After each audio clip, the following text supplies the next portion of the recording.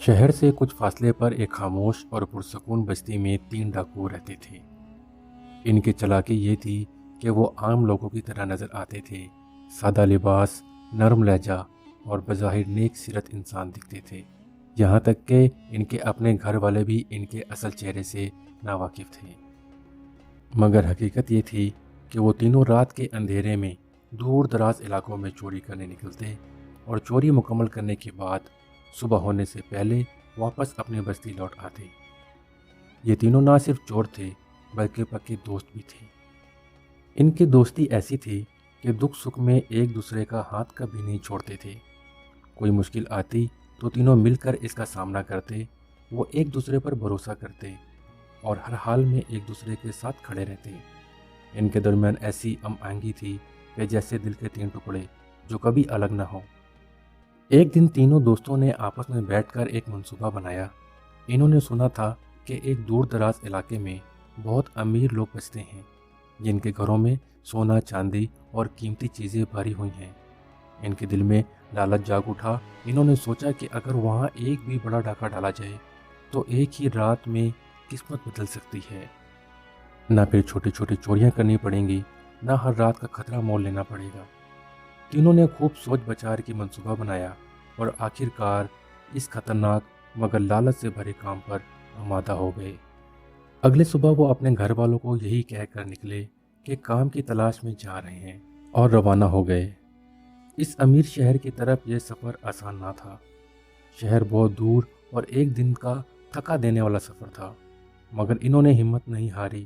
جب وہ شہر پہنچے تو ان کا چہروں پر کوئی تھکن نہ تھا، بلکہ ایسی معصومیت اور سچائی جھلک رہی تھی کہ دیکھنے والا ان پر فوراً بھروسہ کر لیتا۔ تینوں دوستوں نے شہر پہنچ کر ایک سرائے میں قیام کیا۔ وہاں بیٹھ کر سادہ کھانا کھایا، مگر ان کے دل و دماغ میں تو صرف ایک ہی خیال گردش کر رہا تھا، آج کی رات کا وہ ڈاکہ جو ان کی قسمت بدل سکتا تھا۔ کھانے کے بعد وہ خاموشی سے بیٹھے رات کے اندھیرے کا انتظار کرنے لگے۔ وقت گزرتا رہا، سورج غروب ہوا اور آسمان پر تاریکی چھا گئی۔ جب رات گہری ہو گئی اور سناٹا چھا گیا تو وہ تینوں آہستہ سے اٹھے اور اپنے بنائے گئے منصوبے کے مطابق ایک مخصوص گھر کی طرف روانہ ہوئے۔ انہوں نے پہلے ہی دن کے وقت اسے دور سے دیکھا تھا۔ یہ ایک پرانا مگر امیرانہ گھر لگتا تھا۔ انہوں نے خاموشی سے اس کا جائزہ لیا۔ چاروں طرف کا جائزہ لینے کے بعد غور سے سنا کہ اندر کتنے لوگ ہیں۔ تھوڑے انتظار اور جانچ پڑتال کے بعد اندازہ ہوا کہ گھر میں زیادہ افراد نہیں ہیں اور یہی وقت مناسب ہے ڈاکہ ڈالنے کے لیے۔ وہ آہستہ سے دروازہ کھول کر اندر داخل ہو گئے۔ ہر قدم پر ان کی نظریں حرکت کر رہی تھیں، دل دھڑک رہا تھا، مگر وہ پورے اعتماد کے ساتھ پیسے اور زیورات اور قیمتی سامان تلاش کرنے لگے۔ کئی کمروں کی تلاشی کے بعد ایک کمرے میں انہیں ایک بوڑھی عورت نظر آئی جو گہری نیند سو رہی تھی۔ وہ کافی عمر رسیدہ لگ رہی تھی اور بالکل بے خبر تھی کہ کیا ہونے والا ہے۔ چوروں نے آہستہ سے باقی کمروں کی تلاشی جاری رکھی۔ آخر کار ایک کمرے میں ان کی آنکھیں چمک اٹھیں۔ ایک بڑے صندوق میں سے انہیں قیمتی سامان اور اشرفیوں سے بھرا ہوا تھیلا ملا۔ سامان نیا اور قیمتی نظر آ رہا تھا۔ تینوں کی آنکھوں میں خوشی اور لالچ کی چمک ابھر آئی، جیسے ان کی محنت رنگ لا چکی ہو۔ لیکن ان کے ساتھ کیا ہونے والا ہے وہ ان سے بے خبر اپنے ڈاکے میں مصروف تھے۔ لہٰذا تینوں چوروں نے کوئی وقت ضائع کیے بغیر رات کے اندھیرے میں سارا قیمتی سامان چپکے چپکے گھر سے باہر نکالا۔ وہ بہت محتاط تھے تاکہ کسی کو خبر نہ ہو۔ انہوں نے سب اشرفیاں، زیورات اور قیمتی چیزیں اپنے ساتھ لائے ہوئے گھوڑے پر باندھ دی اور اندھیرے میں ہی شہر کو چھوڑ کر واپس اپنی بستی کی طرف روانہ ہو گئے۔ مگر اب ایک نئی مشکل ان کے سامنے آ کھڑی ہوئی۔ ان کے پاس اتنا زیادہ سامان اور پیسہ تھا کہ اسے چھپانا مشکل ہو رہا تھا۔ اگر وہ یوں ہی بستی میں داخل ہوتے تو ہر کوئی یہی سوال کرتا کہ صرف ایک دن میں اتنی دولت کہاں سے آ گئی۔ ان کی چوری کا راز کھلنے کا خطرہ بڑھ گیا اور اب انہیں سمجھ نہیں آ رہا تھا کہ اس ساری دولت کو کہاں اور کیسے چھپائیں۔ تینوں چوروں نے بستی میں داخل ہونے سے پہلے ایک سنسان اور ویران کھنڈر دیکھا جو برسوں سے خالی پڑا تھا۔ وہیں انہوں نے سارا قیمتی سامان چھپا دیا۔ اشرفیوں سے بھرا تھیلا انہوں نے اپنے ایک ساتھی کے حوالے کر دیا اور باقی سامان کھنڈر کے ایک خفیہ گوشے میں رکھ دیا تاکہ کوئی شک نہ کرے۔ اس کے بعد تینوں الگ ہو کر اپنے گھروں کی طرف روانہ ہو گئے۔ ان کے چہروں پر مایوسی اور تھکن کے آثار تھے، جیسے کوئی کام نہ ملا ہو اور خالی ہاتھ واپس آئے ہوں۔ گھر والوں کو یہی بتایا کہ بہت کوشش کی مگر کوئی روزگار نہیں ملا، اس لیے واپس لوٹ آئے۔ ایک دن تو خاموشی سے گزر گیا، مگر رات کو جس ساتھی کے پاس اشرفیوں کا تھیلا تھا، اس نے تجسس سے تھیلا کھولا۔ جب اس نے گننا شروع کیا تو حیران رہ گیا۔ تھیلے میں پورے 1000 اشرفیاں تھیں۔ یہ بہت بڑی رقم تھی۔ اس کا دل خوشی سے بھر گیا۔ اس نے دوبارہ اشرفیاں گنی اور جب تھیلے کو اچھی طرح دیکھا تو اس کے اندر سے ایک خط ملا۔ خط بہت عجیب تھا۔ اس میں کچھ ایسے الفاظ اور راز در تھے جو نہ صرف حیران کن تھے بلکہ زندگی بدل دینے والے تھے۔ یہی خط آگے چل کر اس چور کو ایک کامیاب تاجر میں بدلنے والا تھا۔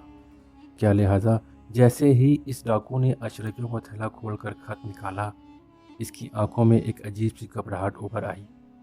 اس نے خط پڑھنا شروع کیا اور چند سطریں ہی گزری تھی کہ اس کے ہاتھ کانپنے لگے، دل دھک دھک کرنے لگا۔ خوف اور پشیمانی کے عالم میں وہ زمین پر بیٹھ گیا۔ سارا مال، ساری اشرفیاں اس کی نظروں سے اوجھل ہو گئیں۔ خط کچھ یوں تھا: میری پیاری بیٹی، پتہ نہیں تم اب کہاں ہو؟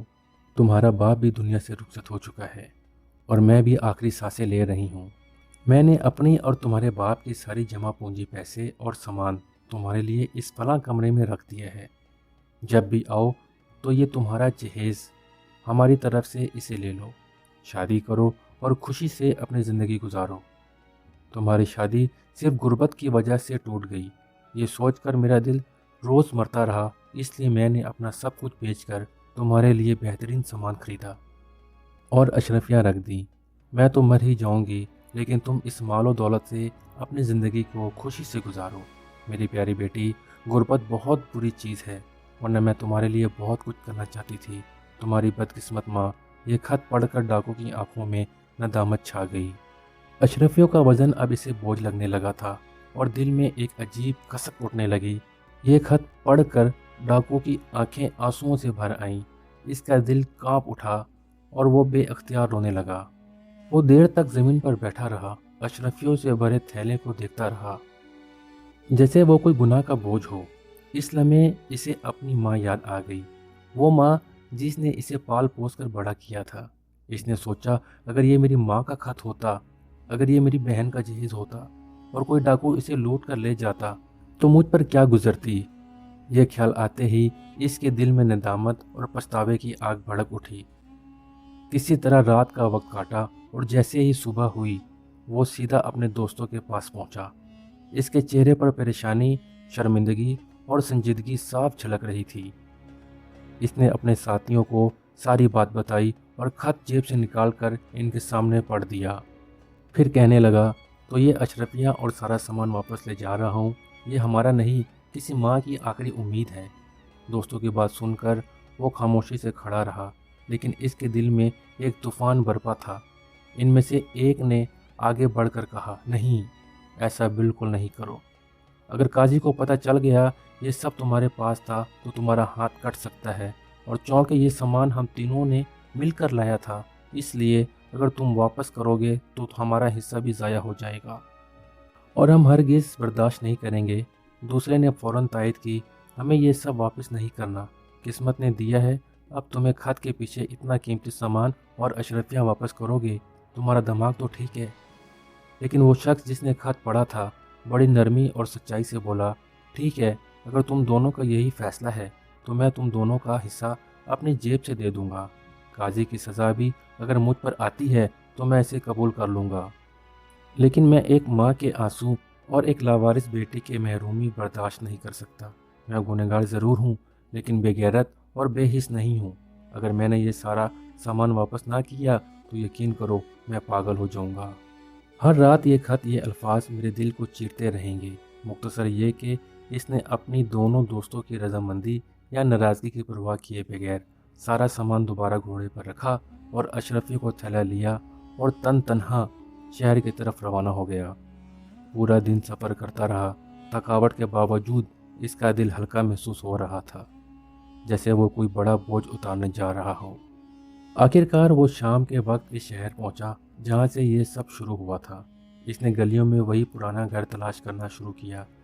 کافی دیر پوچھ گچھ کے بعد انہوں نے گھر کو ڈھونڈ ہی لیا۔ اسے یقین تھا کہ اس گھر میں بوڑھی عورت کے علاوہ کوئی نہیں ہوتا، اس لیے وہ سیدھا اندر داخل ہو گیا۔ مگر جیسے ہی قدم اندر رکھا، ایک کمرے سے کسی لڑکی کے رونے کی آواز سنائی دی۔ اس کے دل میں خوف پیدا ہوا کہ یہ کیا ماجرا ہے۔ جب وہ آہستہ آہستہ اندر گیا تو دیکھا کہ بوڑھی عورت اب اس دنیا میں نہیں رہی، وہ انتقال کر چکی تھی۔ کمرے میں جو لڑکی زاروں قطار رو رہی تھی، اسے دیکھ کر اس نے سوچا کہ شاید یہی وہ لڑکی ہے جس کے لیے خط لکھا گیا تھا۔ لیکن جانچ کے بعد پتہ چلا کہ یہ لڑکی بوڑھی عورت کی بیٹی نہیں بلکہ ایک پڑوسن ہے جو مرنے والے کی واحد خبرگیر تھی۔ لہذا اس ڈاکو نے خاموشی سے سارا سامان ایک ایک کر کے اسی کمرے میں واپس رکھا۔ اشرفیوں کو تھیلا بھی وہیں رکھ دیا، بالکل اسی طرح جیسے ملا تھا۔ وہ نہایت ادب اور نرمی سے یہ سب کچھ کر رہا تھا، جیسے کسی امانت کو اس کے اصل مقام پر لوٹا رہا ہو۔ اس دوران وہ پڑوسن عورت جو رو رہی تھی اسے دیکھ کر چونک گئی۔ اس نے حیرانی سے پوچھا، بھائی آپ کون ہیں؟ ڈاکو نے مختصر جواب دیا، میں ان کا بیٹا ہوں۔ عورت نے شک بھری نظر سے اسے دیکھا اور کہا، لیکن ان کا تو کوئی بیٹا نہیں تھا۔ اسی عورت کی باتیں سن کر ڈاکو خاموش رہا، کچھ نہ بولا۔ اسے سچائی جتانے کی ضرورت نہ تھی، وہ جانتا تھا کہ وہ بیٹا نہیں تھا، لیکن اگر وہ سچ بولتا تو اسے قاضی کا سامنا کرنا پڑتا تھا۔ مختصر یہ کہ اس نے خود محلے کے چند لوگوں کو جمع کیا، بوڑھی عورت کا جنازہ کروایا، کفن دفن کا بندوبست کیا اور پھر اسی خاموشی کے ساتھ گھر میں رک گیا، اس بیٹی کے انتظار میں جس کے لیے یہ سب کچھ رکھا گیا تھا۔ یہ سچ تھا کہ وہ ایک ڈاکو تھا، لیکن اس کا دل، اس کی فطرت اور اس کے اندر دوڑتا خون کسی شریف خاندان کی تربیت کی نشانی تھی، کیونکہ صرف ظاہری شکل اس صورت سے نہیں، انسان کا اصل مقام اس کے عمل سے طے ہوتا ہے۔ جب انسان انسانیت کو اپناتا ہے، رحم و خلوص، سچائی اور عدل کو زندگی کا حصہ بناتا ہے، تبھی وہ اشرف المخلوقات کہلانے کے لائق بنتا ہے۔ ورنہ اگر وہ برائی پر ڈٹا رہے، ظلم اور خود غرض میں گرا رہے تو وہ جانوروں سے بھی بدتر ہو جاتا ہے۔ لہٰذا وہ ڈاکو اس گھر میں رہنے لگا، خاموشی، سادہ اور خام خیالوں میں ڈوبا رہتا۔ اسے اب صرف اس لڑکی کا انتظار تھا جس کے لیے یہ سارا سامان اور امانت تھی۔ وہ روز دروازے کی طرف دیکھتا، محلے والوں سے پوچھتا، لیکن کوئی خبر نہ ملتی۔ چند ہی دن گزرے تھے کہ ایک دن اچانک ایک خوبصورت پریشان حال لڑکی گھر میں داخل ہوئی۔ جو ہی اس نے کمرے میں اجنبی کو بیٹھے دیکھا، چیخنے لگی، تم کون ہو؟ میری ماں کہاں ہے؟ اور میرے ابا ڈاکو نے دھیمے لہجے میں جواب دیا، میں ایک اجنبی ہوں۔ تمہاری ماں کافی بیمار تھی اور چند دن پہلے انتقال کر گئی۔ اس سے پہلے مجھے معلوم ہوا کہ تمہارے والد بھی فوت ہو چکے ہیں۔ یہ سن کر لڑکی جیسے ٹوٹ گئی، اس کے آنسو رکنے کا نام ہی نہیں لے رہے تھے۔ وہ شدت غم سے چیخ چیخ کر رونے لگی۔ اس کی حالت دیکھ کر ڈاکو کا دل بھر آیا، مگر اس نے دل مضبوط کر کے اسے تسلی دی اور کہا، موت ایک حقیقت ہے، ہر کسی کو آنی ہے۔ جب انسان بوڑھا ہو جاتا ہے تو دنیا سے رخصت ہی اس کا مقدر بنتی ہے۔ لیکن مجھے تم پر غصہ آ رہا ہے، تم نے انہیں اس حال میں کیوں چھوڑا؟ لڑکی خاموشی سے ڈاکو کی باتیں سنتی رہی۔ اس کی باتوں میں غصہ ضرور تھا، لیکن اس غصے میں انسانیت اور سچائی تھی۔ اس نے اس اجنبی کی آنکھوں میں جھانکا، اسے پہلی بار کسی غیر میں اپنا سا کوئی دکھ، اپنائیت اور درد محسوس ہوا۔ لڑکے نے نہایت نرم لہجے میں، جھکی نظریں اور لرزتی آواز کے ساتھ کہا، بھائی صاحب، میں دراصل اپنی ماں باپ کی مرضی سے 1 سال پہلے پھپھو کے گھر دوسرے شہر گئی تھی۔ اس وقت میرے والد بالکل ٹھیک تھے، شاید ان کا اچانک انتقال ہوا ہو، لیکن چونکہ کوئی رابطہ نہ ہوا اس لیے مجھے ان کی وفات کی خبر بھی نہ ملی۔ ڈاکو خاموشی سے سنتا رہا، پھر گہری سانس لی اور سچائی کا بوجھ اتارنے کے لیے سب کچھ صاف صاف بتا دیا۔ میں مانتا ہوں کہ میں ایک ڈاکو ہوں، میں نے تمہارے گھر کی حرمت کو توڑا، اگر چاہے تو مجھے سزا بھی دے سکتی ہو اور مجھے معاف بھی کر سکتی ہو، فیصلہ آپ کے ہاتھ میں ہے۔ لڑکی کی آنکھوں سے پھر آنسو بہہ نکلے، لیکن اب ان میں دکھ کے ساتھ ساتھ ہمدردی، شکر گزاری اور ایک اجنبی کے لیے ایک خاص لگاؤ بھی شامل تھا۔ اس کے دل میں اس ڈاکو کے لیے جگہ بننے لگی۔ جب ڈاکو اٹھنے لگا تو اس نے کہا، اب یہ گھر، یہ سامان، سب کچھ تمہارا ہے، میں چلتا ہوں، اگر کبھی ضرورت ہو یا مشکل وقت آئے تو پرانی بستی میں میرا گھر ہے، مجھے ضرور یاد کرنا۔ لڑکی فوراً بولی، نہیں، اب مجھے اکیلا چھوڑ کر نہیں جا سکتے۔ آپ نے جس ایمانداری اور خلوص سے ماں کی امانت لوٹائی ہے وہ کوئی عام انسان نہیں کر سکتا۔ اگر آپ چاہیں تو یہ اشرفیہ رکھ لیں اور یہیں کوئی کاروبار شروع کریں، تھوڑا تھوڑا کر کے گھر آتے جاتے رہیں۔ مختصر یہ کہ کچھ ہی عرصے بعد دونوں کا نکاح ہو گیا، شادی ہو گئی۔ وہ ڈاکو نہیں رہا، اب وہ ایک ایماندار تاجر تھا۔ کچھ وقت بعد پرانی بستی سے اس کے دونوں پرانے دوست بھی ان کے گھر آئے۔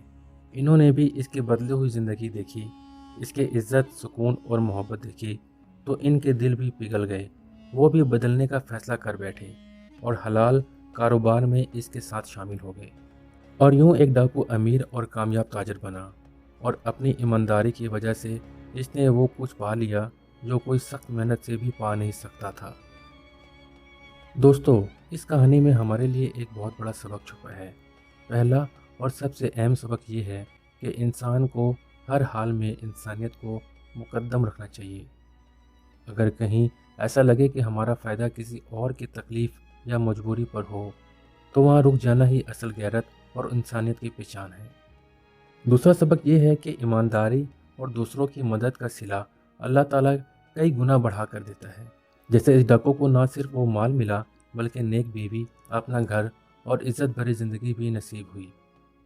تیسرا اور سب سے بڑا سبق یہ ہے کہ اللہ کے خوف اور انسانیت کے ناطے اگر ہم کسی کے لیے دعا بنیں اور سچی توبہ کر کے گناہ چھوڑ دیں تو اللہ دنیا و آخرت دونوں میں ہماری عزت بڑھاتا ہے۔ اس لیے ہمیں بھی چاہیے کہ برائی کا راستہ چھوڑیں، اللہ ضرور خیر کا راستہ کھولے گا۔ مجھے امید ہے کہ آپ نے اس کہانی سے بہت کچھ سیکھا ہوگا۔ اگر آپ مزید ایسی ہی سبق آموز کہانیاں سننا چاہتے ہیں تو ہمارے چینل کو لازمی سبسکرائب کریں اور گھنٹی کا بٹن ضرور دبائیں، اور ہو سکے تو اس ویڈیو کو لائک اور شیئر ضرور کریں۔ آپ کے تعاون کا شکریہ۔